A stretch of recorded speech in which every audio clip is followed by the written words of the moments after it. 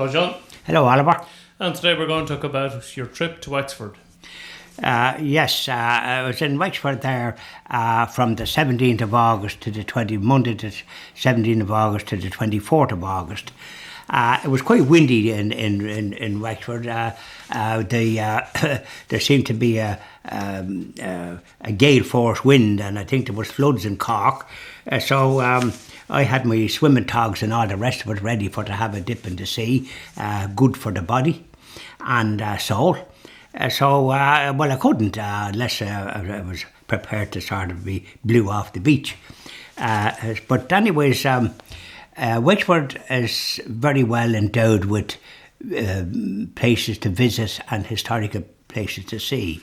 One place that I visited that made a good impression was Ladies Island, which is a place in August where a lot of people go on pilgrimage. It's going for hundreds of years,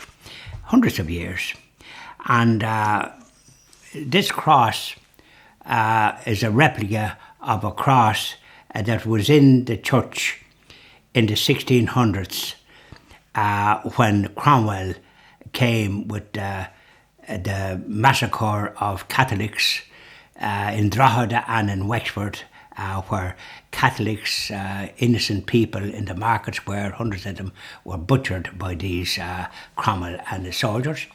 And also priests and monks and all the rest of it were hung as well, murdered, massacred by these people.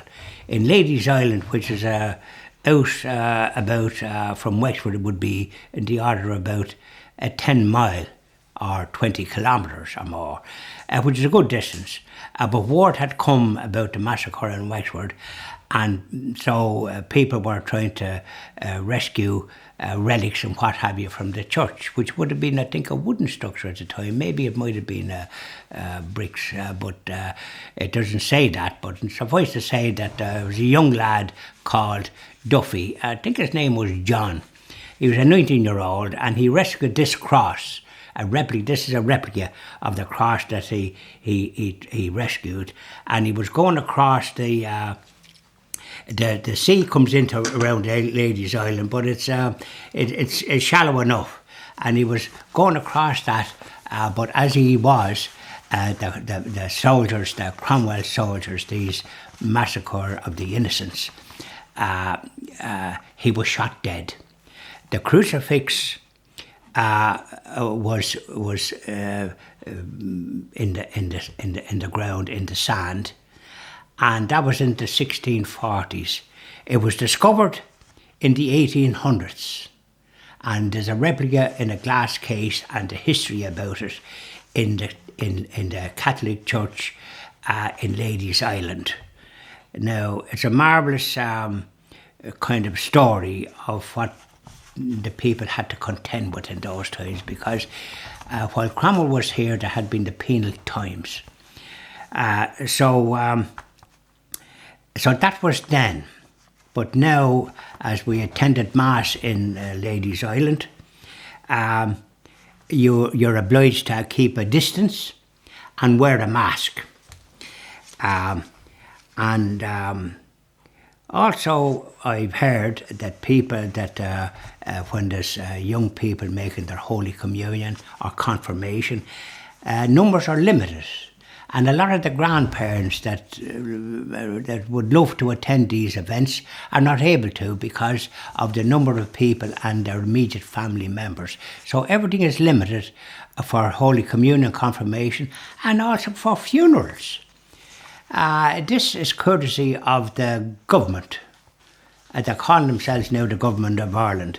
So there's all these restrictions, and in the Catholic Church that they're adhering to this guidelines without reference to the fact that belief in God and the Holy Spirit, etc., is superior to what any government orders in some ways. They're obsessed with this business of distance and protecting people from all these things. And at the end of the day, they don't seem to have any problem with abortion, the killing of innocent human beings. And yet they're obsessed with trying to protect themselves. It's very difficult to sort of marry up the two. So I personally believe and trust in God, not so much spoken about, unfortunately, in the church, and the importance of confession, etc. These should be mentioned far more than they are. Now, so that is the Wexford, and we visited Johnstown Castle, but regretfully with the COVID, this same restrictions apply. You have to make an appointment and be slotted in and be going a tour. You can't visit it the way you could years ago, which I visited donkeys years ago, and was able to go about without having to go on any tour and make up my own mind about what I was viewing and what I was seeing, because there's information as you're going about, and you can spend an hour or two in it without this nonsense of having to go with a group and go like a sheep being led by somebody. I'd like to make up my own mind. I even visited Versailles, the famous palace in Versailles in France, and we had to queue. There wasn't too many, and I got going around that in the grounds without having to depend on a tour guide, and learned a hell of a lot. So that was then. So and now, of course, it's a different kettle of fish. So you can see that, and of course, there's a folk village there where people would have been living in kind of tents going back a couple of 1,000 years ago. The same thing applied there. You can't get in. COVID, this virus. So they're taking it too far as I'm concerned. It's interfering with people's ability to go about and be sociable. You have to keep a distance.